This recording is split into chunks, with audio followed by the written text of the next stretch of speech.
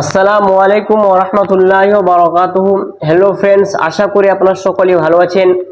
আলহামদুলিল্লাহ, আমিও ভালো আছি। চলে এসেছি আপনাদের সম্মুখে আবার একটা নতুন ভিডিও নিয়ে।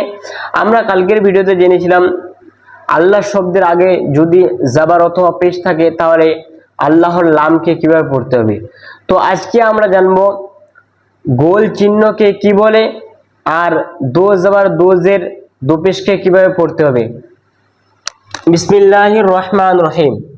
এমন গোল চিহ্নকে আয়াত বলে, তার মানে এমন গোল চিহ্ন কোরআন শরীফের মধ্যে অনেক জায়গার মধ্যে এমন গোল চিহ্নকে পাওয়া যাবে। তো এর নাম কি?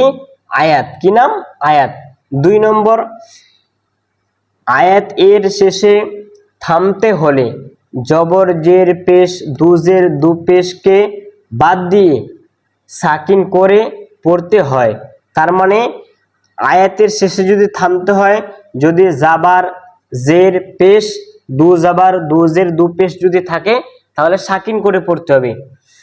3 নম্বর, দু জেরের দু জবরের উপরে থামতে হলে এক জবর গণ্য করে এক আলিফ পরিমাণ টান সহ পড়তে হয়, যেমন আহাদান থেকে আহাদা। তার মানে বোঝাতে চাইছে যদি আয়াতের শেষে 2 জবর থাকে তাহলে এক জবর গণ্য হবে আর এক জবরকে এক আলিফ পরিমাণ টেনে পড়তে হবে। 4 নম্বর, গোলতা। তার মানে কি? এটার নাম কি? গোলতা। এর উপরে থামতে হলে সেটা হা সাকিনের মতো পড়তে হয়। তার মানে এর উপরে যদি থামতে হয় আর যদি শেষে আয়াত থাকে তাহলে এটা কি হয়ে যাবে? এটা হা হয়ে যাবে, যেমন জারিয়াতুন থেকে জারিয়া। আশা করি এটা আপনারা বুঝতে পেরেছেন। তো ভিডিওটা আগে নিয়ে যাক, ভিডিওটা আগে বাড়া যাক।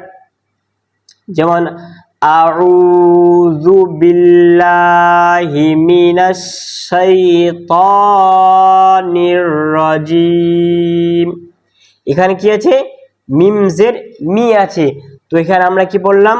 রাজিম, কেননা এখানে গোলতা আছে। এখনই পড়লাম আয়াতের শেষে জাবার অথবা পেশ যদি জাবার জের পেশ যদি থাকে তাহলে ওটাকে কি করে পড়তে হবে? সাকিন করে পড়তে হবে। তদ্রূপ জিম, আউযু বিল্লাহি মিনাশ শাইতানির রাজিম। তারপরে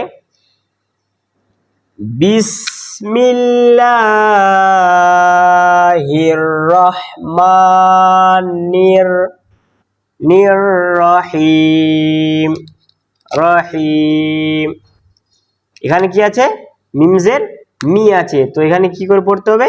এখানেও সাকিন করে পড়তে হবে।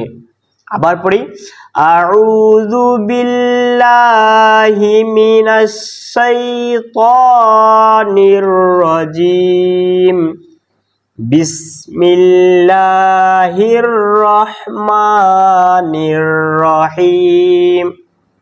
তারপরে আলহামদুলিল্লাহি রাব্বিল আলামিন। এখানে কি আছে? জাবার আছে। কি আছে?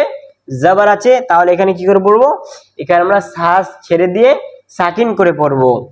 তারপরে ইয়াকা না'বুদু ওয়া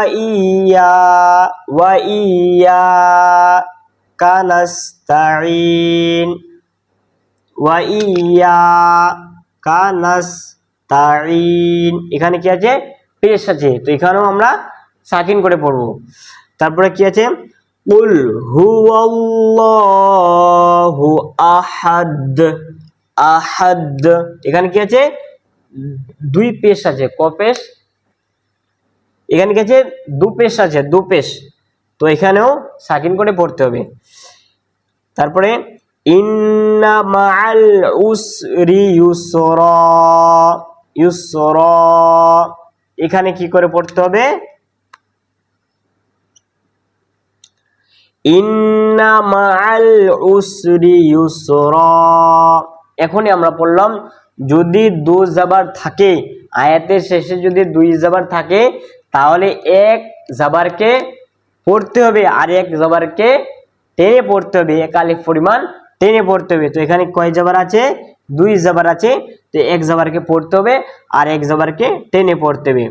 যেমন ফিহা